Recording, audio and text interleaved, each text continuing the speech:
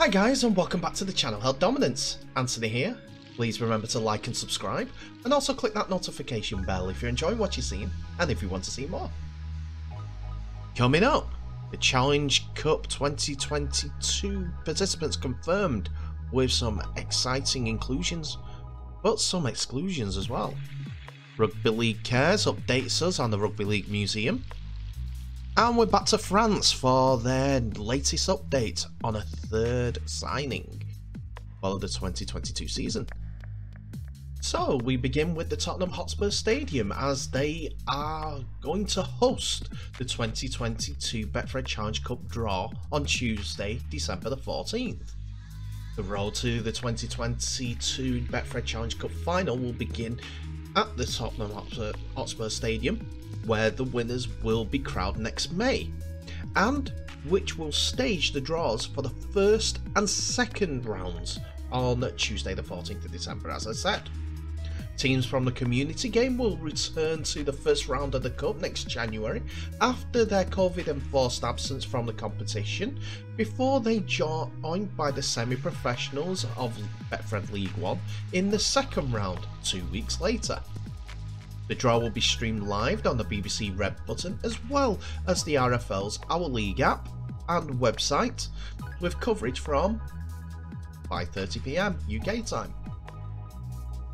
The 28 teams in the first round draw include some of the Community Rugby League's most prolific nurseries of talent, such as the 2021 National Conference League champions, That'll Heap Crusaders from St Helens, who reached the 5th round of the 2019 competition with a cup run, including victory over the North Wales Crusaders.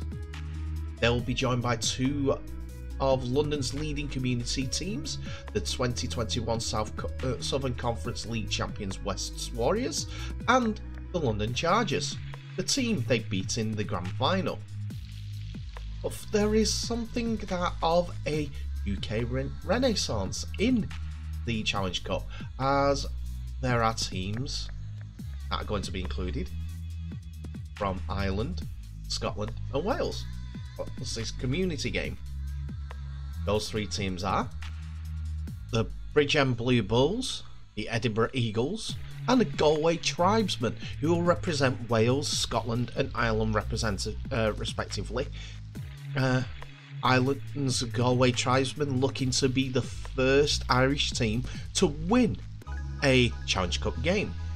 There are also teams from all over, with teams like Jarrow Vikings from the northeast of England, plus the Forces teams like the usually strong Armed Forces representative from the Army, Navy and the RAF, in addition to the Great British Police. They'll be joined in the second round with the inclusion of the semi-pro teams, including former winners of the Challenge Cup, Hunslet Hawks, Oldham Roughheads, Rochdale Hornets and Swinton Lions, as well as one of the new names in the Betfred Super League next season, the Midland Hurricanes. The rest of League One will join as well, and perhaps most fittingly given the location of the draw, London Scholars, who play in the nearby New River Stadium on White Hart Lane. It was agreed that Cornwall RLFC and the other new team in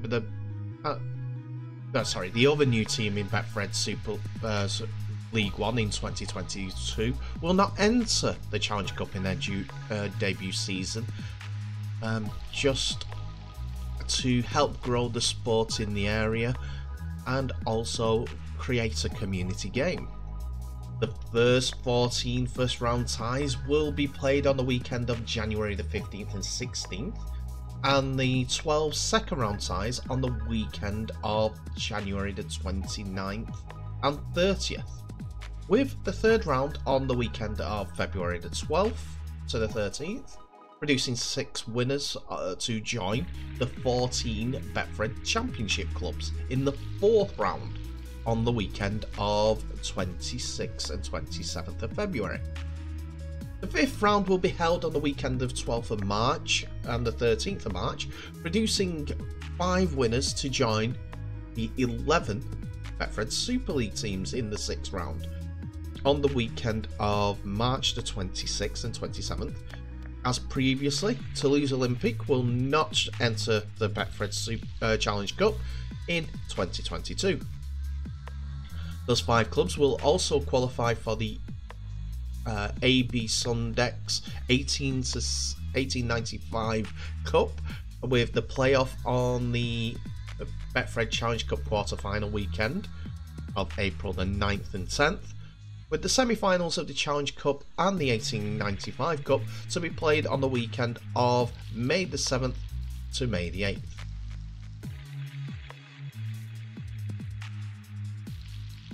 So this is a bit more of a legacy Rugby League story, as Rugby League Cares has today reaffirmed its commitment to working with all parties to develop the National Rugby League Museum within the sport's spiritual home, the George Hotel, Huddersfield.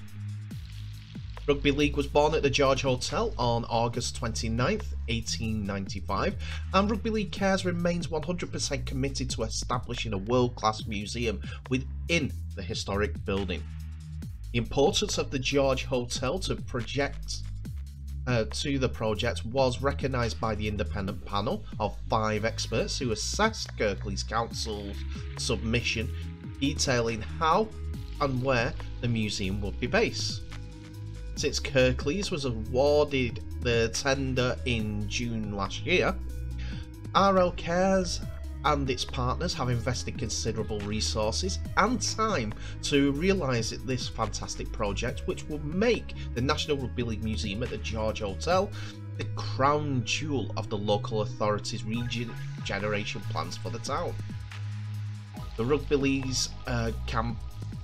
League Cares campaign have been buoyed by that Kirklees Council has already secured over £3 million in funding for the St George's Square redevelopment, including a National Rugby League Museum at the George Hotel project, and there remains a great deal of enthusiasm and support from elected officials to deliver a museum at the George Hotel that will be put Huddersfield back on the map for its rugby league heritage.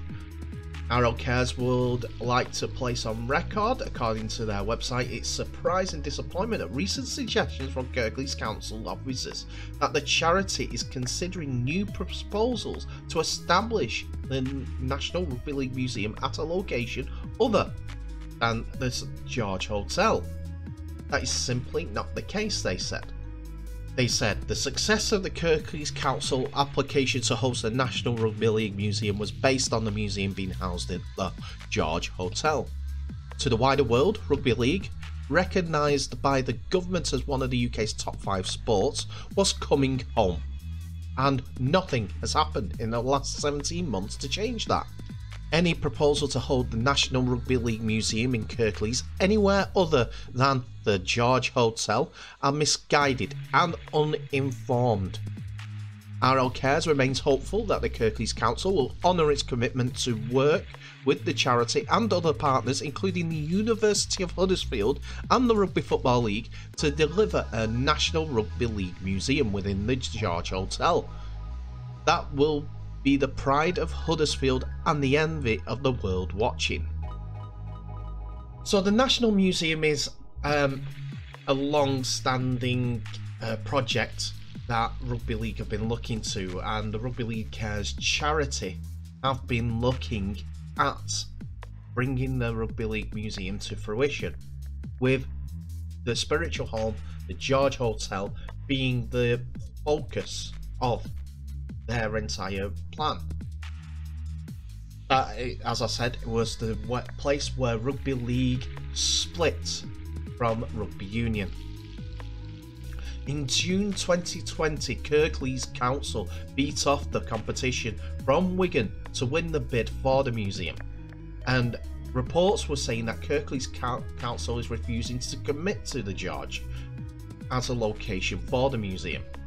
The council bought the Grade 2 listed building and is now restoring it. The aim is for the majority of the building to remain a hotel, but it's thought the council believes potential hotel operators may be put off by the sharing of a building with a museum. The council is now working on detailed designs of its Cultural Heart project in the plaza area, which will have a new Huddersfield museum, probably based within the existing library and art gallery buildings. Council Peter McBride, the council's cabinet minister for regeneration, has said that he's looking at aiming to transform Huddersfield into a thriving and aspirational place to live, work and visit. And on that, he said, our vision for the Huddersfield Blueprint includes spaces for culture and celebrating our heritage.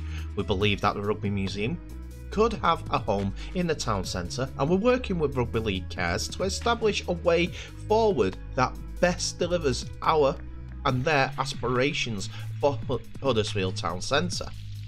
So like anything, when there's money being spent, the council think, oh, we could spend more money if we do this instead, which is to justify the spend that they've already done. The George Hotel has been earmarked as a place, and now they're looking to give it to a hotel. Yes, they can make more money of it, but over his left shoulder there, in that picture, is the plaque about Rugby League being formed in that hotel. Do you think hotel patrons will take much notice of that? Or do you think it'll be moved? It's a terrible way that this project is going, but if a Rugby League Museum has been agreed in principle to go to one location, which is the spiritual home of Rugby League in this country, then shouldn't it still have the opportunity to show itself there? I'm just spitballing here, because £3 million has been spent, and this guy wants to change the idea. Anyway, tell me what your thoughts are. Should the Rugby League Museum go elsewhere, or should it stay at the the spiritual home for the sport?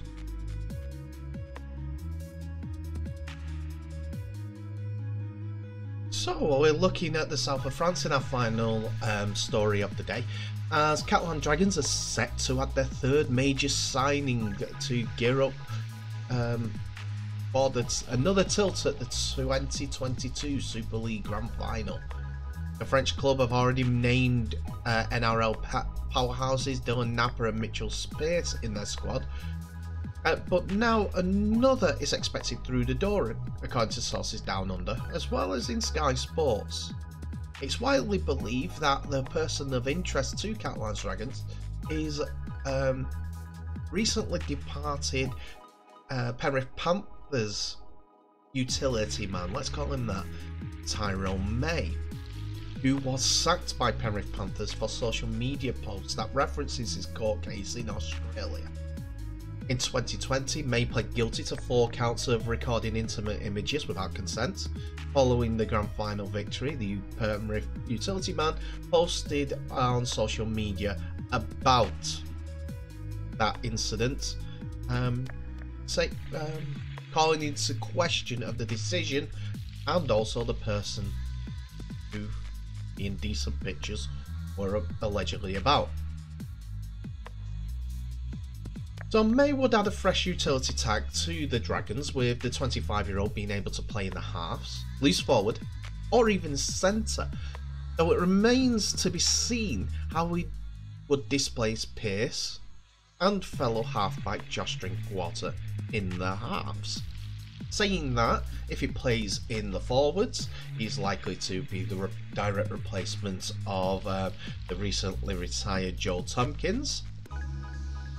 But in centres, there's Dean Ware on the left. And on the right, yeah, Dean Ware on the right and Sammy Sonilangi on the left. Two powerhouses. Don't get me wrong, Tyrone May is younger than both of those, and also a grand final winner, so his talent is not in dispute. Plus, he was well liked by both of, excuse me, the Penrith halfback and father pairing, the Clearys, part of their tribe, if you so will. Plus, he has made 56 appearances for the Panthers, 21 of which came in the 2021 season, registering 10 tries in the process, so he knows his way to the try line. It's a different task in the Super League, obviously, because it's a more of a forward-thoughting game. But Catalans are busy trying to gear up to go one better in 2022 than 2021 after narrowly missing out on a grand final victory. The 12-10 loss to St Helens was not quite the way to capping off a wonderful season for the Perpignan club, but if they can go one better, there's only one thing that they can do better: win it all. Is May the link that is going to be the differing factor for the club? Not sure, but who knows? Catalan Dragons, they have the big forwards to play up, and if they've got another pivot type player in the team, it can make them their go forward a whole lot better. Plus, it will drag along the younger players like Arthur Morgs, who is a ball playing half and fullback. They've got experience with Sam Tompkins, they got Josh Drinkwater, they got Mitchell Pearce. It's quite an eye-watering and tasty problem to have in Catalan. So, tell me what your thoughts in the comments about if this deal goes through. Where would he play? Is it a good deal? Do you think he can behave himself? I'm being cheeky about that one, but not quite.